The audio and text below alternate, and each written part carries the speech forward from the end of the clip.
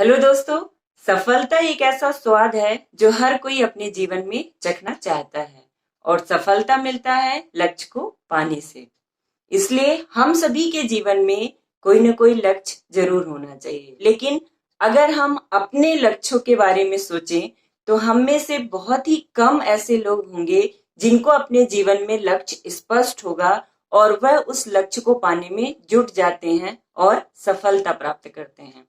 अधिकांशतः लोग ऐसे होंगे जिनके जीवन का लक्ष्य ही स्पष्ट नहीं है, और जब लक्ष्य ही स्पष्ट नहीं है तो हमें पता ही नहीं होता है कि हम अपने जीवन में क्या चाहते हैं। आज का मेरा वीडियो मेरे खुद के जीवन पर आधारित है।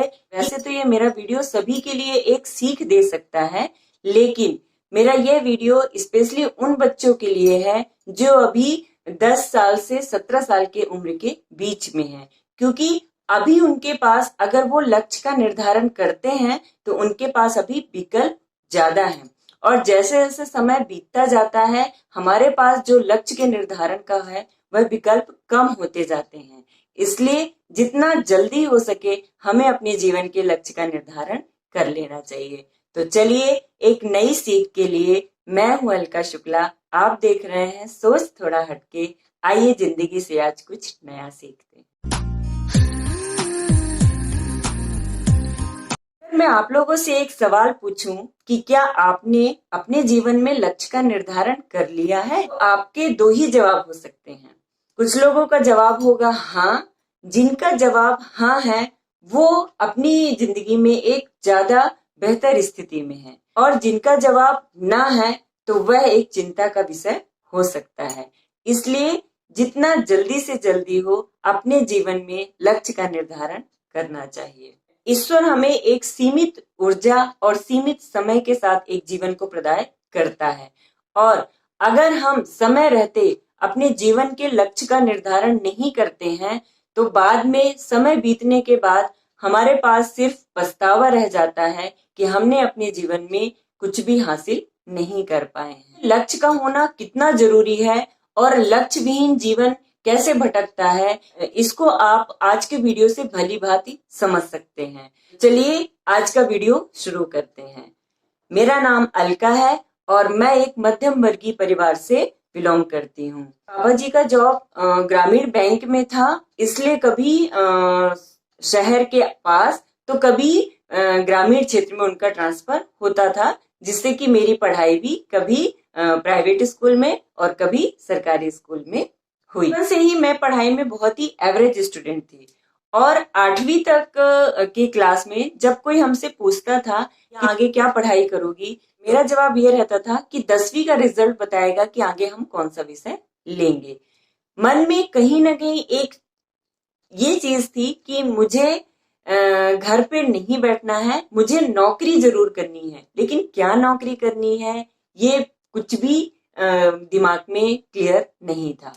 10वीं के रिजल्ट में मैथ में ज्यादा नंबर आए तो मैंने आगे मैथ सब्जेक्ट ही लिया, और उसके बाद मैंने 12वीं, और 12वीं के बाद भी क्लियर था नहीं। उस समय पे कंप्यूटर कोर्सेज ज्यादा चल रहे थे, तो कंप्यूटर कोर्स से मैंने ग्रेजुएशन किया और उसके बाद मैंने पीजी किया, जिसके कारण क्या करना है, क्या नौकरी करनी है ये क्लियर नहीं था, तो कभी उसके लिए प्रयास भी नहीं किया। और जैसे जैसे समय बीतता गया पढ़ाई होती गई और पीजी भी मेरा कंप्यूटर से हो गया। पढ़ाई पूरी करने के बाद कुछ दिन मैंने एक कंपनी में जॉब किया, उसके बाद मैंने कॉलेज में पढ़ाया।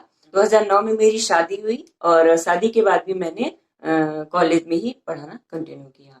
2011 में पंचायत एवं ग्रामीण विकास विभाग का एक शासकीय प्रोजेक्ट था, जिसके तहत उस प्रोजेक्ट में मैंने काम शुरू किया, और आज मैं उसी पंचायत एवं ग्रामीण विकास विभाग के एक मिशन में कार्यरत हूँ। अपनी जीवन की कहानी बताने का उद्देश्य मात्र इतना था कि बचपन में हमें अपने लक्ष्य का पता नहीं होता है, और हम अपने जीवन में जो सामने आता है वो हम प्राप्त करते जाते हैं। 10वीं की परीक्षा पास करने के बाद मेरे पास अगर लक्ष्य का निर्धारण होता तो मेरे पास विकल्प बहुत सारे होते, लेकिन उस समय पर लक्ष्य का निर्धारण नहीं था, तो आगे हम पढ़ाई करते गए, बिना लक्ष्य के जो भी सामने आता गया उससे हम अपने जीवन में जो भी आज हमने प्राप्त किया वो उसी के आधार पर है।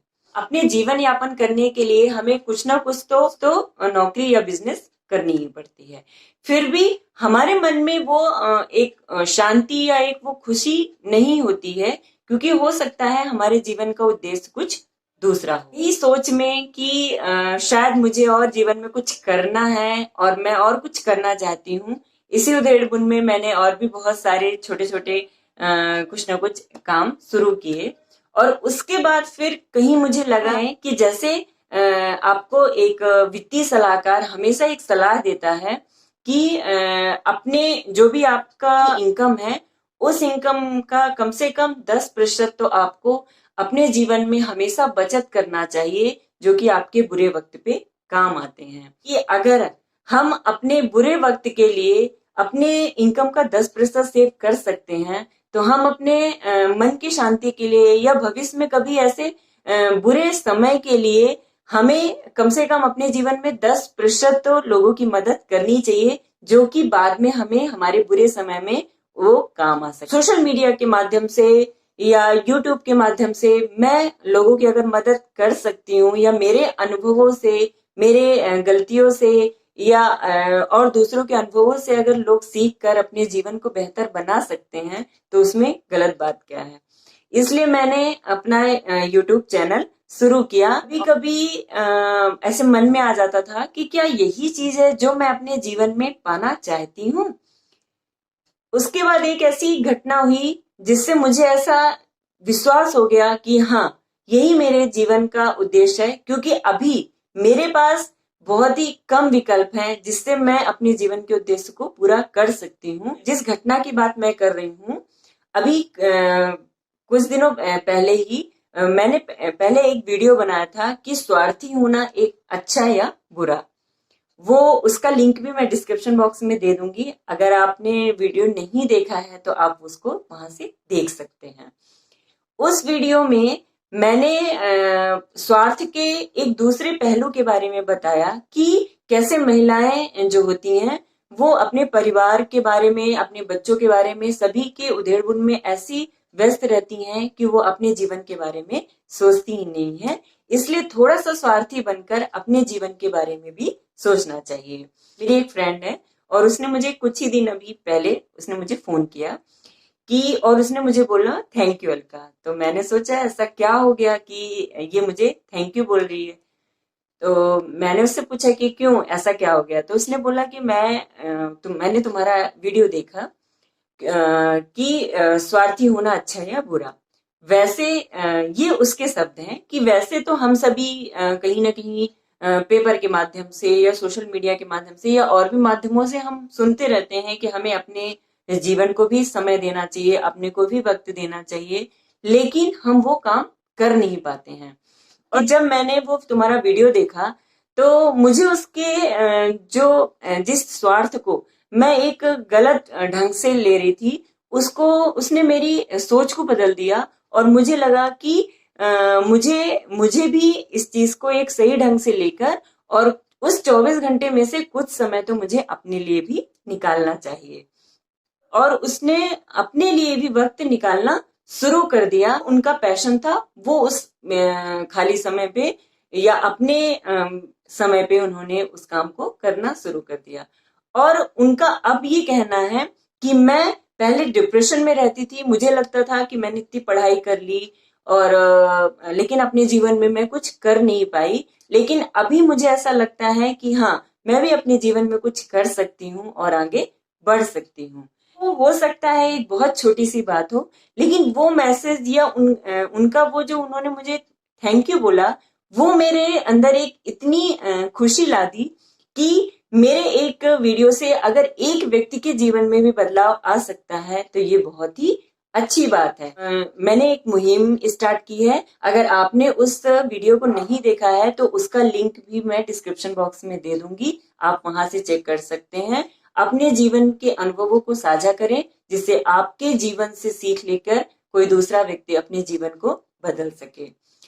अगले वीडियो में मैं ये बताऊंगी कि लक्ष्य का निर्धारण कैसे करें और हमारे जीवन का लक्ष्य क्या हो सकता है, इसके बारे में हम जानेंगे। और साथ ही एक सच्ची कहानी से हम यह सीखेंगे, हमारे पास पावर होता है और हम दूसरे की निस्वार्थ मदद करते हैं तो बाद में वह हमें कितना पॉजिटिव रिजल्ट देता है। साथ मेरे इस मुहिम में जुड़े रहिए और अगर वीडियो आपको पसंद आए तो लाइक कर दीजिए। मेरे चैनल पे नए हैं तो सब्सक्राइब कर दीजिए, बेल आइकन को भी प्रेस कर दीजिए जिससे मेरी आगे आने वाली वीडियो की नोटिफिकेशन आपको सबसे पहले मिले। मिलते हैं अपने अगले वीडियो में, तब तक अपना ख्याल रखिए, अपने परिवार का ख्याल रखिए। जब तक जरूरी ना हो बाहर मत निकलिए, घर पर रहिए, सुरक्षित रहिए। Take care.